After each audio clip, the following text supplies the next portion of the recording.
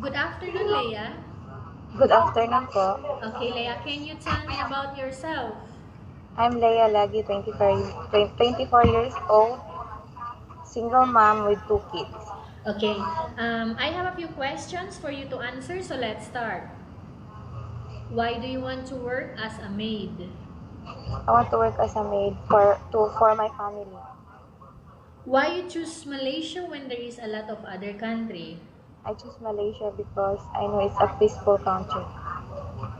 How are you qualified for this job? I'm qualified for this job because I know how all the household chores. May I know what your educational level is? I'm undergraduate of college level. College undergraduate? Opo. What is your recent working experience? Factory worker and caregiver. Have you worked abroad before? No. Do you have experience of taking care of baby? Yes, ma'am. How about elderly? Yes, ma'am. Do you have any other special skills? Um, Cooking, ma'am. Are you willing to learn new skills? Yes, ma'am. Are you willing to work with a family where the mother-in-law or any relatives stay together? Yes, ma'am. Currently, are you still working now? No, ma'am. Do you know how to cook? Yes, ma'am. What sort of food can you cook? American and Filipino food. Are you aware that you will have to do washing, cleaning, ironing, and cooking? Yes, ma'am. From all the house chores that I mentioned to you, which do you like most? Cleaning the house. If ever you were selected to work in Malaysia, who will take care of your kids? My mother, ma'am. You are not allowed to use handphone during working hours. Yes, ma'am. You are only allowed to use handphone after you finish all the works and when going to bed. Yes, ma'am. You are strictly needed to surrender the handphone to your employer in the morning and your employer will return back to you once you're going to bed. Yes, ma'am. If ever your employer finds out that you're abusing of using your handphone and it's affected your work performance, your employer will confiscate your handphone and you are not allowed to hold it anymore. Okay, ma'am. Instead, your employer will allow you to call to your family 3 times in a month. You only allowed to bring normal phone and you are not allowed to bring smartphone. Are you agreed for the terms and condition? Yes, ma'am. Are you agreed to the rules and regulation for the handphone? Yes, ma'am. How many years is the contract as you agreed and understands? 2 years. Can you describe for me your ethics, your attitude?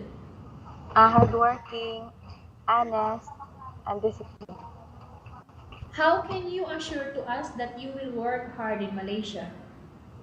I assure you, ma'am, for my family, for my kids, for the future, that I will work hard in Malaysia. Can you promise not to use the telephone without the permission of your employer? I promise, ma'am. Can you promise not to put on makeup but to dress properly while work? Yes, ma'am. Can you promise not to invite friends and relatives without the consent of your employer? I promise, ma'am. Can you promise not to ask for advance salary from your employer under any circumstances? Yes, ma'am. Do you really understand of the rules and regulation of the agency? Yes, ma'am. Do you pay any placement fee for you to come to Malaysia to work as a maid? No, ma'am. Do you have any history of sickness, breast cancer, or any other illness? No, ma'am. Do you suffer from any skin diseases, allergy, or physical defect? No, ma'am. Have you suffered from any serious illness? No, ma'am. Do you smoke? No. Have No, you ma'am. undergone any operation? None, ma'am. Are you medically fit or are you fit to work? Fit to work, ma'am. Are you eat any medication right now? No, ma'am. Are you allergic with any food? None, ma'am. Are you preferred to work for the employer of any race? Yes, ma'am. Are you preferred to eat the type of food taken by your employer? Yes, ma'am. Are you afraid of being left alone in the house? No, ma'am. Are you afraid of dogs or other pets? No, ma'am. Can you promise to work according to instruction from your employer? I promise, ma'am. Do you have any immediate family working in Malaysia? None, ma'am. Okay, Leah, we have finished our question section. Let's go to case study. I have a case study for you and I want you to answer me truthfully. Okay, Leah? Yes, ma'am. Upon arrival in Malaysia within 6 months only, if ever any of your family members passed away in the Philippines, what will you do? I will finish my contract.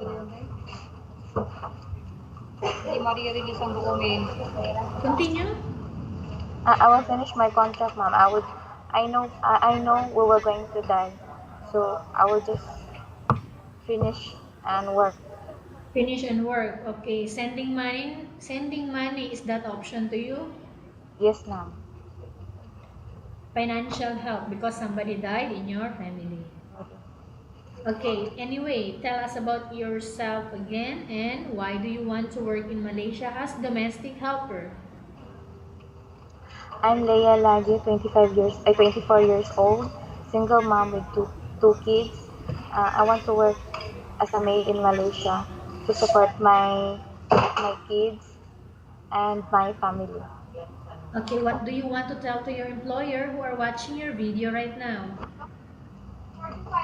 Hope you can choose me as your maid so I can help my family. Okay, thank you very much, Leah. We will update to your agency if there is any selection made by the employer. Yes, ma'am. Thank you po.